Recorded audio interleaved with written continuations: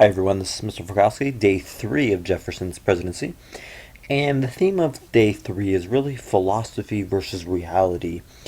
A lot of what Jefferson entails and believes about how the new nation should be run is great. You have all these theories, they sound great on paper, but when you're actually the president, you have to also face reality.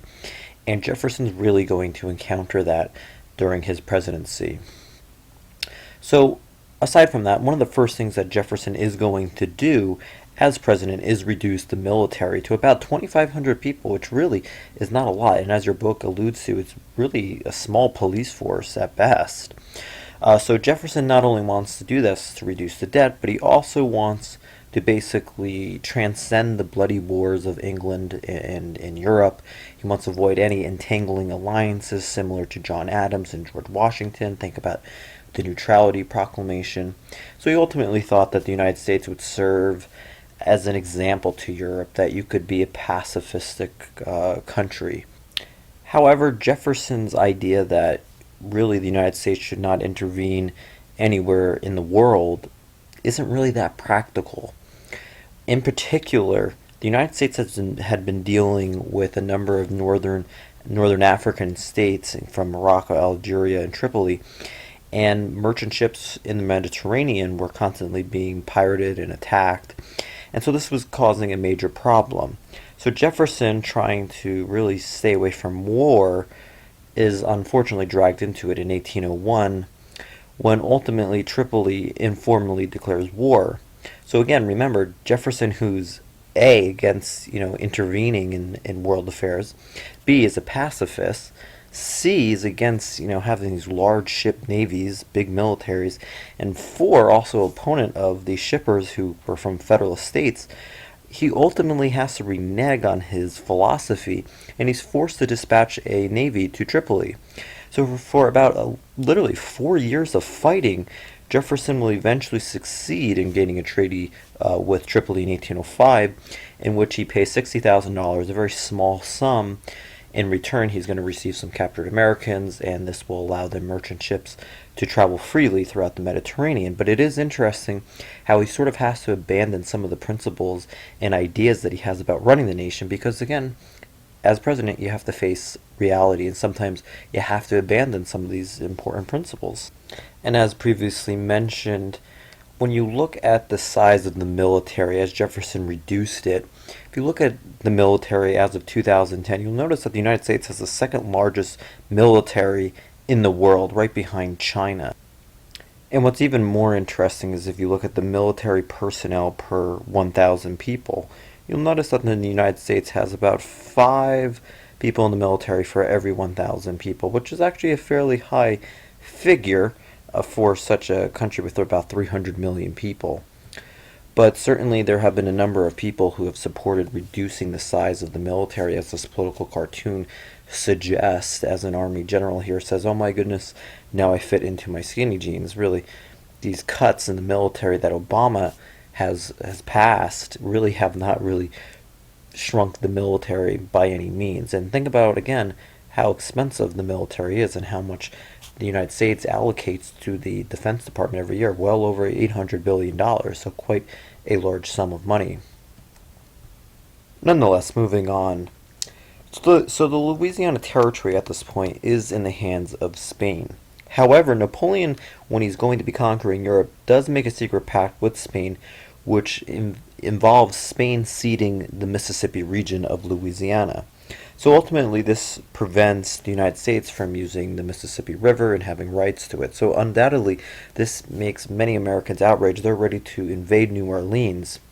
So as a result, Jefferson, being the diplomat and the pacifist that he is, he sends James Monroe, our future 5th president, to France to purchase New Orleans, as well as any land available east of New Orleans for about $10 million. And what's really interesting is that Jefferson instructs Monroe that if negotiations fail, okay, but what's essentially going to happen is that Jefferson would be looking to form an alliance with Britain and eventually go to war. So think about how this has already violated some of the ideas that Jefferson has for this new republic. Because if he formed an alliance, well, that would be going against the principle of avoiding entangling alliances. And the second thing is it would avoid, it would involve getting into war. That's one of the things that the United States is looking to avoid. It doesn't want to get involved in Europe's blood. So as a result, it's very, very interesting that despite the fact that Jefferson is all about pacifism, he's willing to go to war secretly and even forming alliances with Great Britain. Nonetheless, Napoleon will eventually sell the Louisiana territory for about $15 million. There's two main reasons for that. The first one is that France will lose control of Haiti during the Haitian Rebellion. And if you knew anything about the Haitian colony, it was very, very rich in sugar, which was the most expensive commodity in the world. It was basically a gold mine for France. Now that they're losing that extra revenue, that's a problem. In addition, France had just ended a 20-month lull of fighting with Great Britain. Now, Napoleon is fearful that the United States might join Britain, so as a result, Napoleon sees it in his best interest to sell the Louisiana territory to the United States. Because, again, the first thing is he doesn't want the United States getting involved with Great Britain or forming an alliance. And then the second thing is he wants to hopefully thwart Britain in its military and naval power. So he thought that if he provided the United States with New Orleans, that this could eventually stop the British.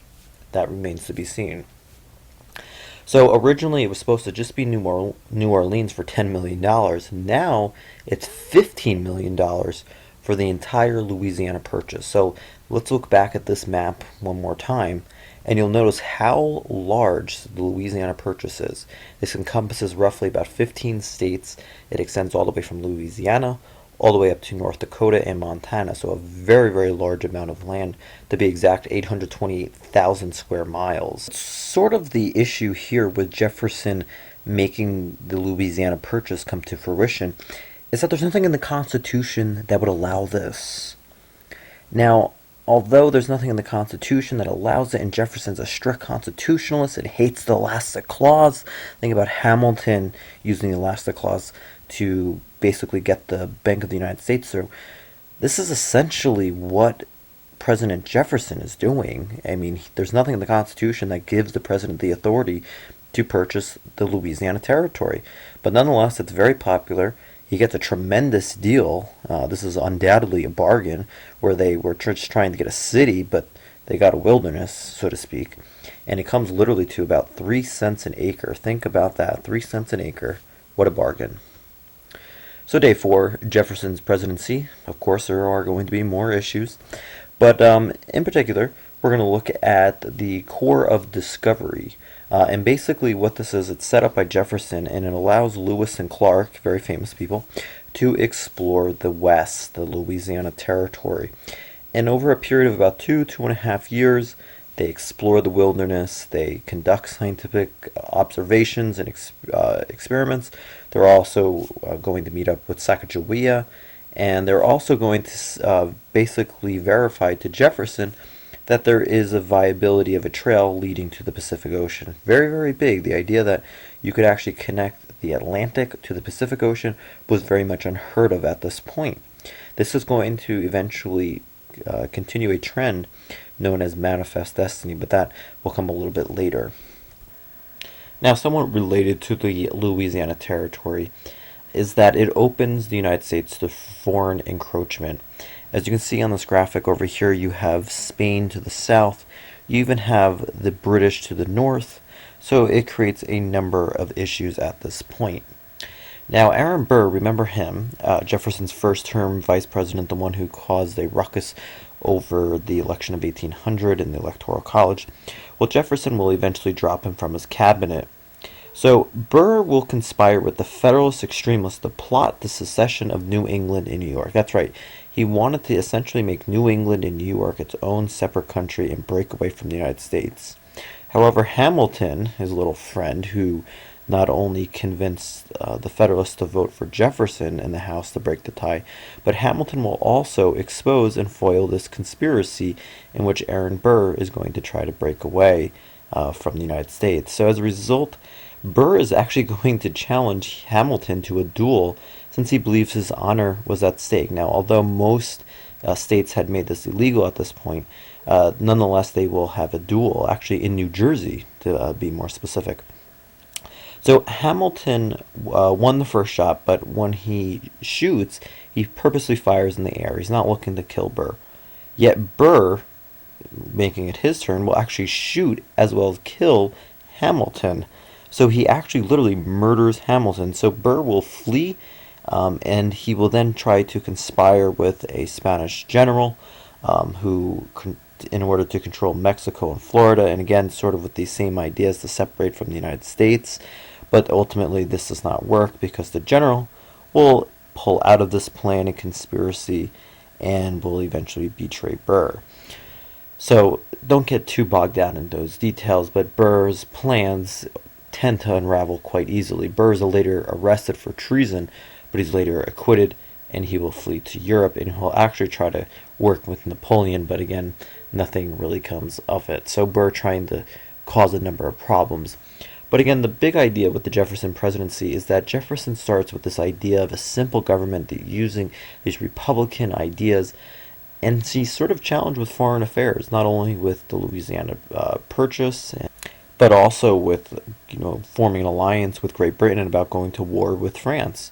So again, it's this idea of essentially having this great philosophy, but when you put it into action, is it always the right answer? We will be continuing with the Jefferson presidency next week and delving a little bit deeper into that.